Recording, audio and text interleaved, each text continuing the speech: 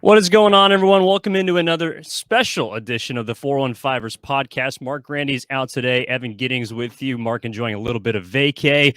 And just back from vacation, it appears, a very special guest in the 415ers, none other than Ross Tucker, Audacy NFL Insider, host of the Ross Tucker podcast. Ross, appreciate you so much for hopping on with us. How you doing? Yeah, of course, Evan. My pleasure. Good to see you. Good to talk with you.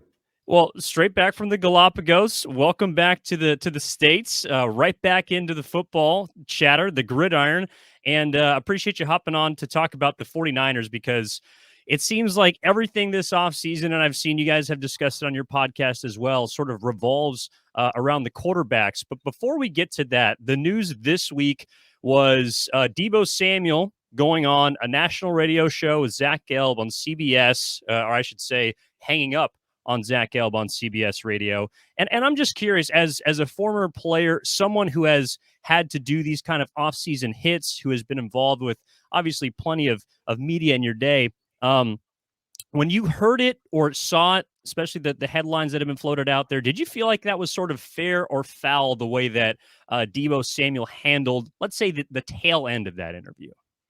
You know, it's funny, Evan, because I've seen all the headlines and all the stories. I didn't actually listen to the interview to hear how he handled it.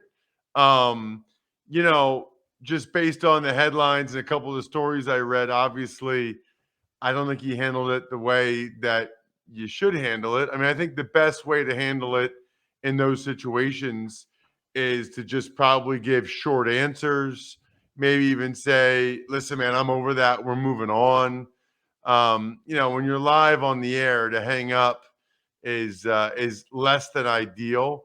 Plus, I think he's got to realize that people are going to ask him about that game. I mean, people are going to ask him about the Eagles, right? I mean, they're still probably considered the two best teams in the NFC. They're going to play against each other again this regular season. Wouldn't be surprised if they play against each other again in the postseason. And, that appears to be the team that the 49ers need to beat to get back to the Super Bowl.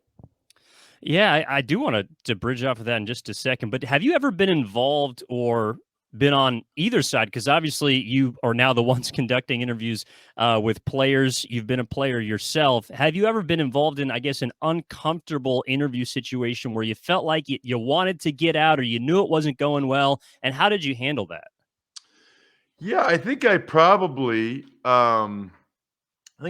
have been on that on both ends. Nothing's popping in my head right away, but I can just remember certain situations that, were clearly awkward.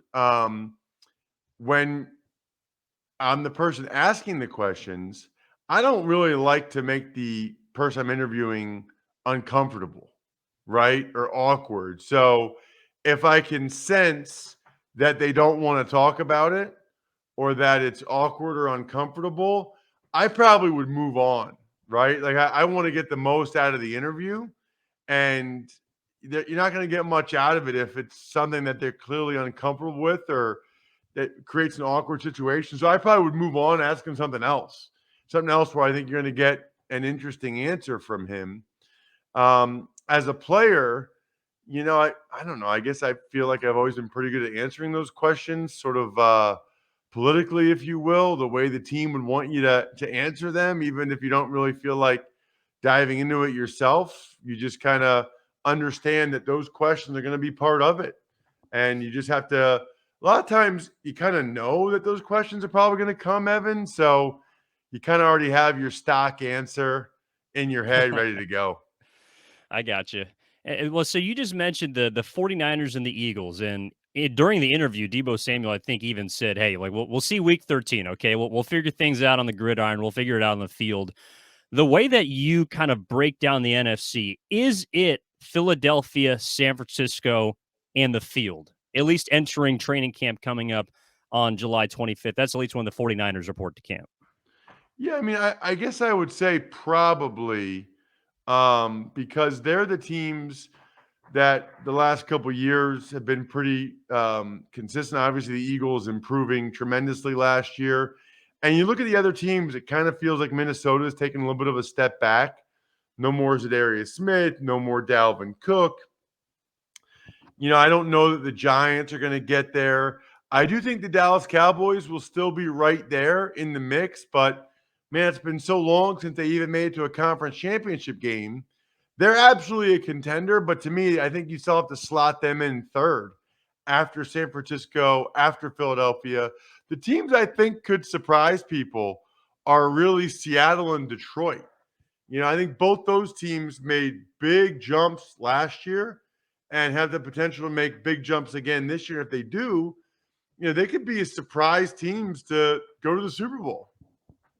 No, I'm with you. I think it's a two-horse race at this point, but Dallas has a very formidable roster as well as those up-and-coming teams that you just mentioned, a lot of which have to do with who's under center for them. And right now, the 49ers are kind of have an idea of who they would like to be under center, but Brock Purdy is still clearing some health hurdles that he has to in order to get ready for week one. But a couple of weeks ago, I saw you had Greg Cosell on the Ross Tucker podcast, and you guys were discussing the quarterback situation in San Francisco. And I thought Greg made an astute point about how the way that Trey Lance is perceived is not necessarily a souring, but the way that he's perceived is a work in progress, which is fair.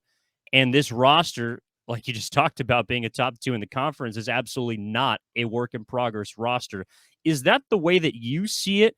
And if so, what is the value to Trey Lance for the 49ers this season? It's a good question. And I think they've soured on him a little bit. And do I think that he's a work in progress? Maybe, but he's been there a decent amount of time now. I know the injuries, and I know they felt like they needed to develop him and all that stuff. And they don't want to go through those growing pains with him now or the development with him now. I get that. But Evan, to pay the money they did for Sam Darnold, like decent money, to go out and get Sam Darnold, and maybe you could say that that's just because there are injury concerns for both Purdy and Lance, which I get. But even if you feel like Trey Lance needs some development, they made the decision a year ago to go with Trey Lance as their starting quarterback. And now this year, he's not good enough to even be the backup. I'm sorry, but you can't tell me that they haven't soured on him a little bit if he's not even good enough to be the backup, because it's pretty clear from anyone you talk to that they like Sam Darnold more than Trey Lance, which I think is pretty alarming if you're a Niners fan.